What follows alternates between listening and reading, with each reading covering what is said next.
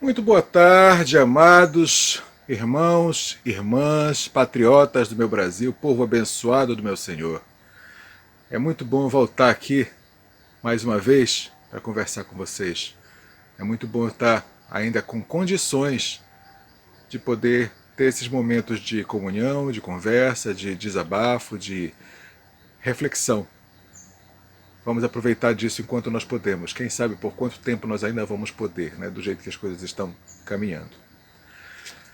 Bom, para começar, eu queria só fazer um comentáriozinho rápido sobre uma coisa que eu acho interessante. Eu acho maravilhoso o jeito como Deus opera, o jeito como o Espírito Santo fala conosco, sabe? Quem nunca teve essa experiência, procure ter o mais rápido possível, porque você não faz ideia do quanto você pode estar perdendo do que Deus tem para sua vida.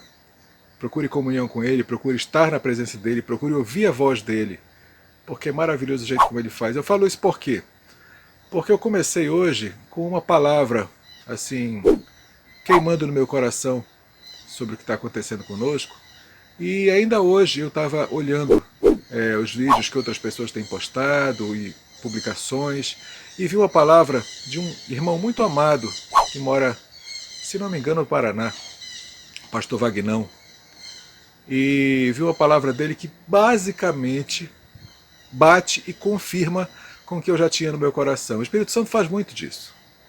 Eu começo a sentir alguma coisa, às vezes eu gravo o vídeo, quando eu termino de gravar o vídeo eu vejo alguma outra coisa, alguma outra palavra, alguém falando basicamente aquilo que eu coloquei. Ou às vezes eu gravo o vídeo, posto, e depois quando eu estou assistindo de outros canais vejo que alguém mais teve a mesma direção. O Espírito Santo trabalha em sintonia. Ele sincroniza o que ele fala para os amigos dele. Porque nós, mais do que filhos, somos amigos do Espírito Santo. Isso é muito bom, isso é maravilhoso. E isso que eu tenho para trazer hoje é basicamente a mesma coisa que o pastor Wagner falou, claro que com as diferenças, de acordo com a característica que ele tem, a característica que eu tenho, o jeito dele de ver as coisas, o meu jeito de ver as coisas, mas o, o caminhar da palavra é exatamente o mesmo, muito parecido.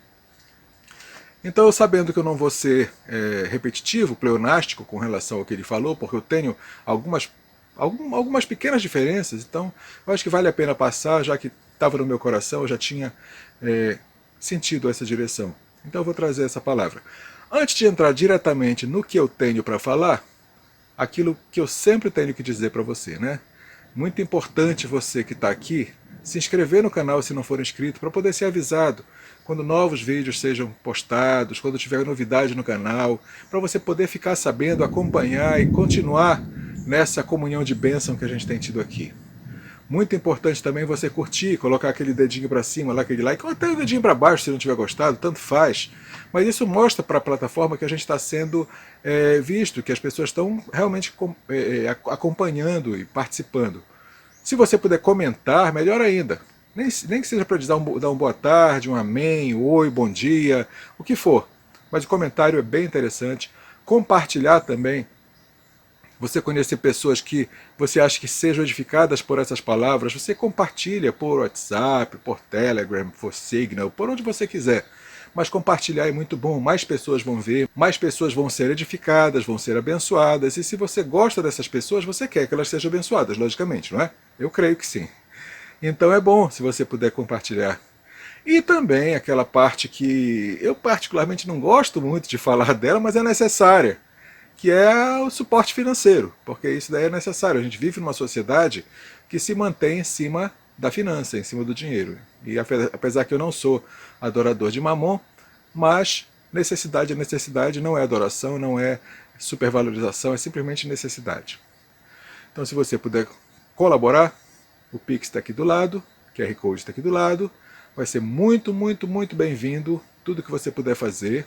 Eu vou ficar muito agradecido, vou estar orando por você, por todos que colaborarem, estão nas minhas orações diariamente, o tempo todo, para que Deus abençoe, edifique e dê cada vez mais prosperidade para você. Porque quem semeia na boa terra vai colher frutos multiplicados. E a boa terra é a palavra de Deus, é o que eu tenho tentado trazer aqui. Então bota a sua semente numa terra boa e você não vai se arrepender, tá bom?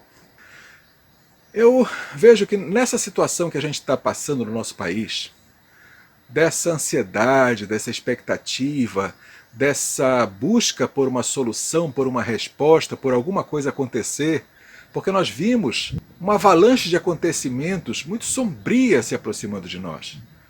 De falta de segurança, de falta de honestidade, de falta de verdade, de falta de recursos, com possível momentos de falta de todas as coisas para nós, até dos suprimentos mais básicos. Então a gente vê o que está acontecendo com os nossos vizinhos e vemos que isso está se aproximando de nós. Então isso traz intranquilidade, traz falta de paz.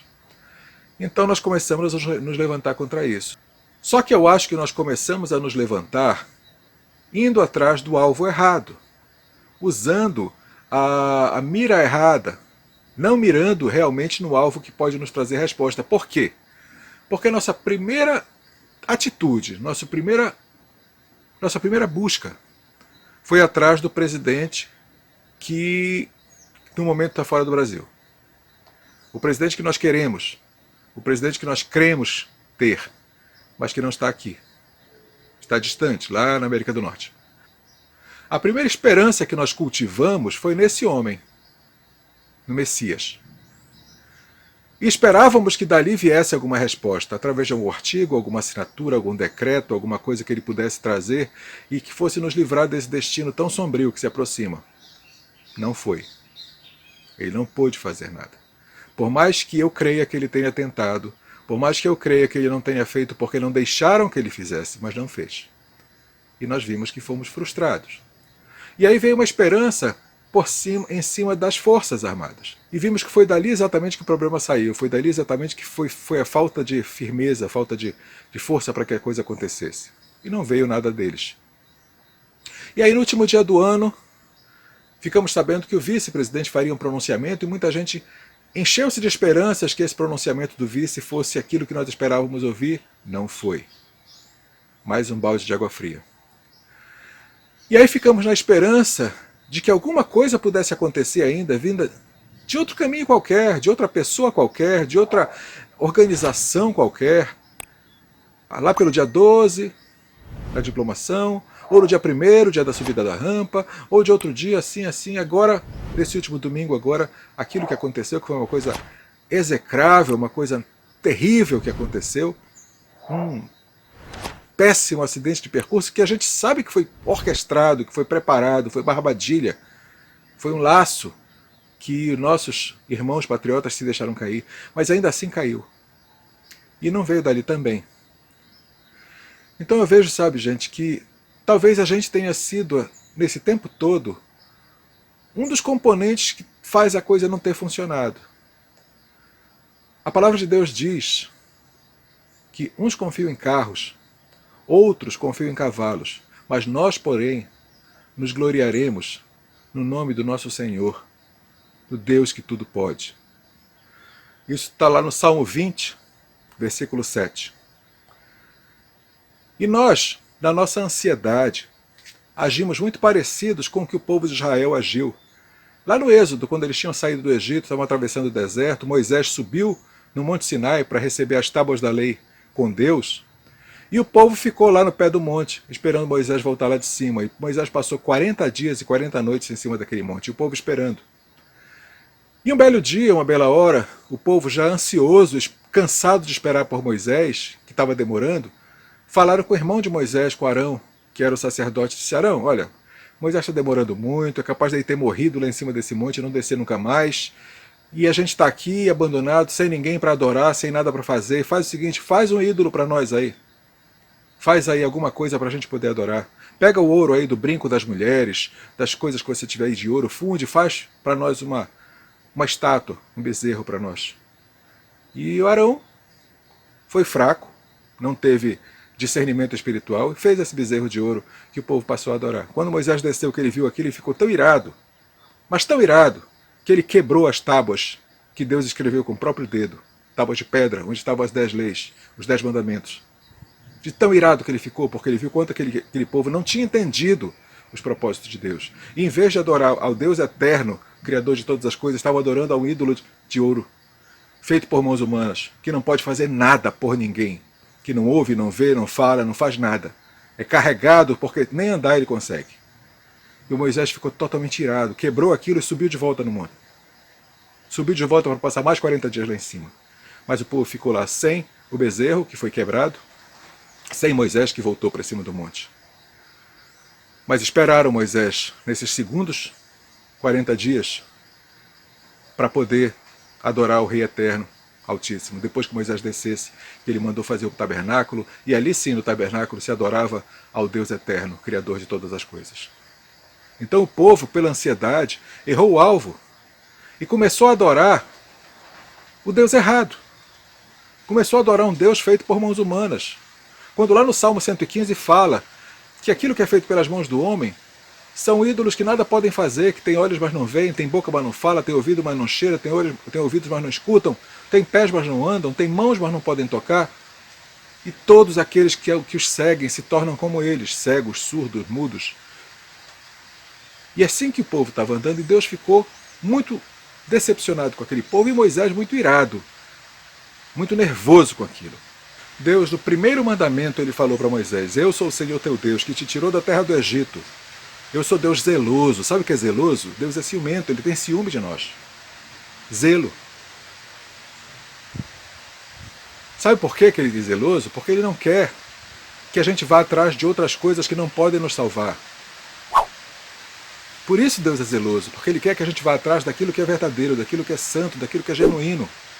Lá em Isaías, capítulo 42, versículo 8, Deus diz: eu sou o Senhor, a minha glória eu não divido com ninguém. A glória de Deus ele não divide. Deus divide o Espírito Santo dele com a gente, dividiu o Filho dele para morrer na cruz por nós, mas a glória dele é dele. Quem deve ser louvado, adorado, quem deve receber a adoração pelos atos, pelos feitos, é ele. A glória dele não é dividida. Agora o que a gente tem que entender é que às vezes o que a gente pede para ele não é o que a gente tem para receber. Deus nos livra na tribulação, não é da tribulação. Entenda isso. No livro de Daniel fala sobre Daniel e os 3 amigos dele, Ananias, Misael e Azarias. E esses 3 amigos dele, por se recusarem justamente a adorar uma estátua de ouro que o rei Nabucodonosor tinha feito, justamente por eles saberem que eles deveriam ter fidelidade a Deus e se negarem a adorar um falso Deus, um ídolo, justamente por isso eles foram lançados de uma fornalha de fogo. Aí eu te pergunto, Deus impediu que eles fossem lançados na fornalha? Não. Deus deixou eles serem lançados na fornalha. E diga-se de passagem que essa fornalha ela foi aquecida 7 vezes mais do que a temperatura normal que ela sempre era feita.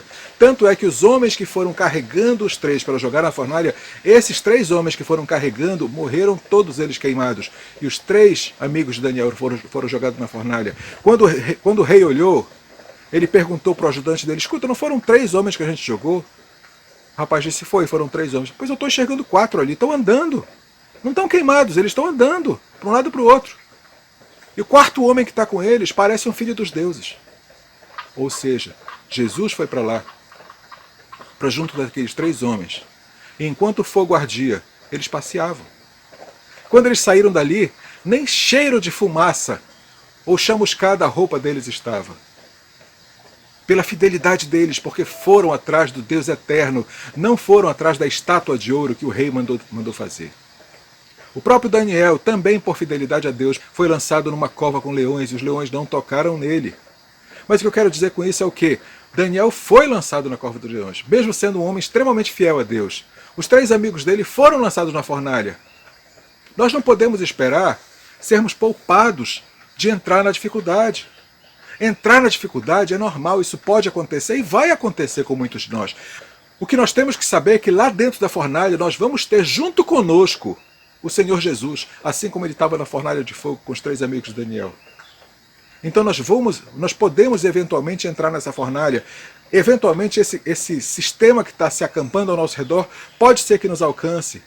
Pode ser que Deus não nos livre de entrar nesse sistema, mas quando nós estivermos lá, ele vai nos livrar do pior dentro do próprio sistema, mandando o escape, mandando o refrigério para nós. Isso eu creio. Então nós temos orado, gente, esperando de homens, esperando de presidente, esperando de vice-presidente, esperando de congresso, seja de quem for, mas nós estamos esperando da fonte errada. Deus talvez use um desses, pode ser. Pode ser que na hora de abençoar, Deus vai usar uma dessas pessoas, mas quem é o autor da bênção? Qual é a fonte da bênção? É Ele. Por mais que Ele use um homem, uma pessoa, ou uma entidade, ou uma organização, mas quem é o autor é Ele, a fonte é Ele. E é a Ele que nós devemos pedir. É para Ele que nós devemos olhar. É dele que nós devemos esperar.